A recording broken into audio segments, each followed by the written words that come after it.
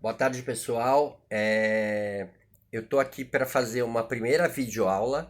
Essa videoaula ela vai funcionar como uma espécie de um teste, né? Eu vou depois postar isso tanto no canal que eu tô criando no YouTube, como também eu vou acabar disponibilizando isso bastante, essas videoaulas, pelo próprio blog, né? Histérica História, como um novo tipo de material, algo a mais aí que está sendo feito no blog, uma nova forma aí de abordar a história, uma nova forma de se abordar de uma forma sempre inusitada, tal, de uma forma o mais entendível possível aí, alguns assuntos da história. Até pela minha formação, ano passado eu completei aí 10 anos que eu me formei, né, em História. Uh, Existem várias metodologias de história. A que sempre eu gostei muito, a que sempre eu me adequei mais, é a metodologia da escola de análise, que se utiliza muito da ferramenta da chamada longa duração da história. Essa longa duração da história, ela seria uma forma de você analisar não só o fato histórico pura e simplesmente, mas você analisar também os antecedentes desse fato que aconteceu antes, bem como também analisar o fato e também a decorrência disso, o que aconteceu no futuro exatamente próximo àquele fato ter acontecido. Isso daí aconteceu aí por causa de alguns historiadores, né, franceses dessa escola de análise, que eram no caso aí alguns deles, por exemplo, Marc Bloch, Fernand Braudel, tal. E eu acabo também gostando muito de ensinar e de conversar sobre história analisando dessa maneira. O que a gente vai ver então, utilizando-se dessa longa duração da história, é a Idade Moderna e os principais fatos históricos dessa Idade Moderna. Na realidade, eu vai ver alguns pontos, porque a Idade Moderna ela tem muitos e muitos fatos importantíssimos, né? Que, como eu já falei, acaba inaugurando a nossa vida como ela é hoje em dia. Só que para se analisar esses fatos, é bom a gente dar uma olhada em como que foi um pouco a Idade Média e quais são as ligações da própria Idade Média com esses fatos que vão vir a ocorrer somente na Idade Moderna, tá? Então, a Idade Média, ela é um período aí de 1000 anos. Esses 1000 anos se iniciam aí em 476 depois de Cristo, com a queda do Império Romano, e a Idade Média termina em 1453, ou seja, praticamente 1000 anos de história. Então, até para ficar mais fácil da gente entender, de compreender a Idade Média, a gente acaba dividindo esse grande período aí de quase 1000 anos em duas partes: Alta Idade Média e Baixa Idade Média. A Alta Idade Média é aquele momento onde tudo que a gente, quando fala de Idade Média, a gente se lembra, como por exemplo, castelos medievais, a figura do senhor feudal, daqueles reis que mandavam e desmandavam dentro dos seus feudos, ah, de grandes castelos com fossos, com grandes torres, com vigias, cavaleiros medievais que defendiam esses castelos e defendiam os seus senhores feudais, que eram aí os seus suzeranos, e esses cavaleiros eram os vassalos desses senhores feudais. Isso aconteceu nesse período da Alta Idade Média. Nesse período, o feudo é importantíssimo, o feudalismo é o sistema econômico em voga, principalmente na Europa de então. Ah, Acontece um declínio das cidades e acontece um declínio do próprio comércio. Já durante a Baixa Idade Média, começa a acontecer o declínio do próprio feudalismo, da figura do senhor feudal. Ele começa a perder um pouco o poder que ele tinha antes e começa a cada vez mais esse poder diminuir. E caindo novamente, centralizando nas mãos do rei, que acaba sendo então o próprio rei, não só de um feudo ou de vários feudos, mas sim o rei do próprio país, da França, da Inglaterra no caso. Uh, Outra coisa também que eu acho importante dizer é que nessa Baixa Idade Média, as cidades começam a receber cada vez mais gente, cada vez mais pessoas, vindo desses feudos que começam um declínio. As cidades começam a renascer e, consequentemente, o comércio começa também a renascer. Com esse renascimento desse comércio, principalmente, Algumas cidades da Itália começam a enriquecer muito, e os seus comerciantes começam a enriquecer bastante. Cidades como Gênova, Veneza, Milão, justamente porque eles estão próximos e começam a fazer um grande contato com Constantinopla e começam a receber, comprar produtos que vêm do Oriente via Constantinopla, comprar por um valor e aí depois revender no restante da Europa, às vezes com 400, 500, 600% de lucro.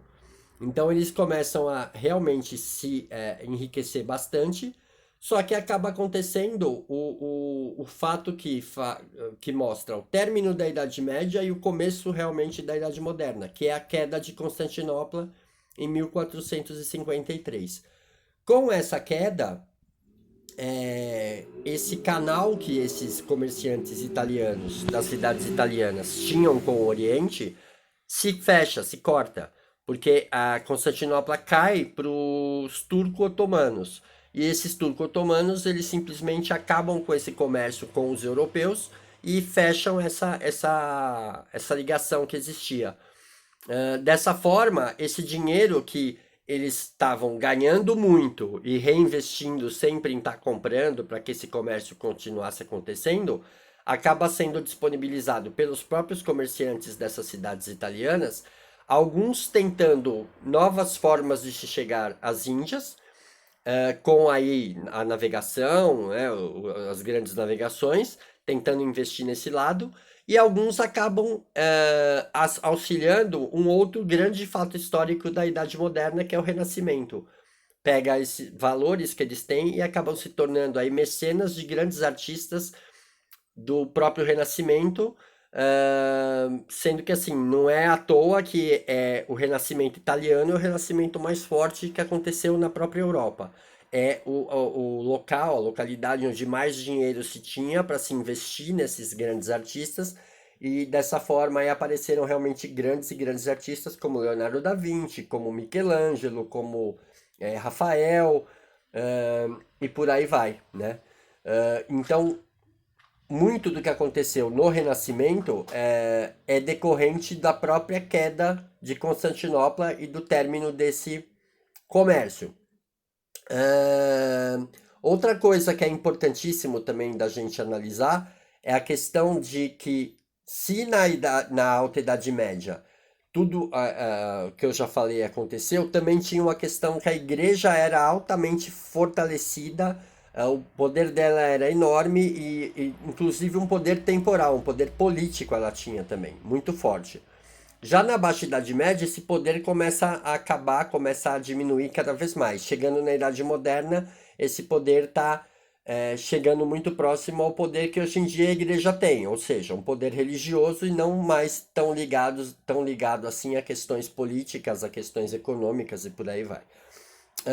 Dessa forma, um outro fator que esse declínio da igreja acabou acarretando é que, assim, já que ela estava declinando e perdendo o poder que ela tinha junto a reis, por exemplo, eles acabam criando uma forma de ganhar poder e, nesse caso, poder econômico. Acaba havendo até uma certa deturpação de algumas ideias da religião católica, como, por exemplo, a questão de venda de indulgências. Essas vendas de indulgências, na verdade, a pessoa meio que comprava um lugar no paraíso. Se ela é uma pessoa que tinha dinheiro, ela poderia, por exemplo, comprar indulgências para um pai, uma mãe que havia morrido e que na cabeça dessa pessoa poderia estar passando algum tipo de problema lá no purgatório. Então ela adquiria meio que um passe para que esse parente dele saísse do purgatório e fosse direto para o paraíso. Isso daí acabou financiando muitas coisas da igreja, inclusive a própria construção da atual Basílica de São Pedro, em Roma, né, no Vaticano. Ela foi construída muito com os ganhos dessas vendas de indulgências. Só que isso acabou trazendo problema porque algumas pessoas não concordavam com essas vendas de indulgências, como é o caso de um monge, Martinho Lutero, um monge alemão, que não concordava e começou a bater de frente com essas ideias da igreja. A igreja também não concordou com o que ele estava querendo, com o que ele estava pedindo de mudanças, acabou expulsando o Lutero da igreja, acabou inclusive excomungando ele, E aí ele simplesmente saiu e começou a trabalhar no que ele considerava o correto, uma igreja, numa religião que ele considerava correta. E acaba criando aí a igreja luterana, que foi a primeira grande igreja da Reforma Protestante, isso na Alemanha, com o lançamento das chamadas 95 Teses de Lutero, que ele imprimiu e afixou nas portas da Catedral de Wittenberg, no interior da Alemanha. Após esse pontapé inicial, a gente tem as outras reformas, como por exemplo a de João Calvino na França, que ele era francês, mas ele acabou instituindo essa reforma muito mais na Suíça, em Zurique, em Genebra, bem como também a reforma anglicana, que foi feita por uma forma muito menos altruísta, que foi a questão de Henrique VIII, o rei da Inglaterra, que queria a anulação do seu casamento com a rainha para que ele pudesse se casar com a sua amante Ana Bolena. Como o Papa negou, ele simplesmente cortou relações com a igreja, tomou todos os bens da igreja na Inglaterra e criou uma nova igreja, que seria a igreja anglicana, cujo chefe era ele próprio, o rei. Isso daí foram todas as reformas que acabaram acontecendo. A igreja tinha que, na verdade, dar uma resposta a tudo isso, e que foi o que ficou conhecido como Contra-Reforma. A resposta da igreja à reforma. Dentre várias mudanças, acabou se instituindo que o latim não era mais obrigatório nas missas, ou seja, as missas começaram a ser mais bem entendidas pelo público, né? Pelos fiéis ali dentro da igreja. E, por exemplo, se criou também a Companhia de Jesus, os jesuítas, que vai ser tão importante aí durante as grandes navegações, os grandes descobrimentos, né? Em outras localidades da Ásia e principalmente nas Américas, depois do descobrimento das Américas, na catequização dos índios. Isso daí foi uma forma de trazer para a igreja mais fiéis, já que ela tinha perdido tantos fiéis assim nessa debandada para outras religiões que foram sendo criadas aí com o decorrer das reformas, né?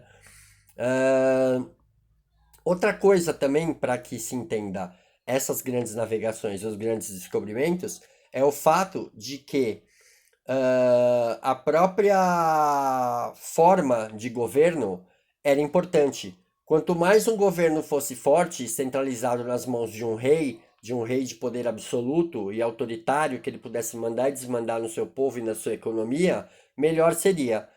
Os primeiros reinos, os primeiros países que conseguiram essa grande centralização de poder pós-feudalismo e Idade Média foi Portugal, ainda no século XIV, e também a Espanha.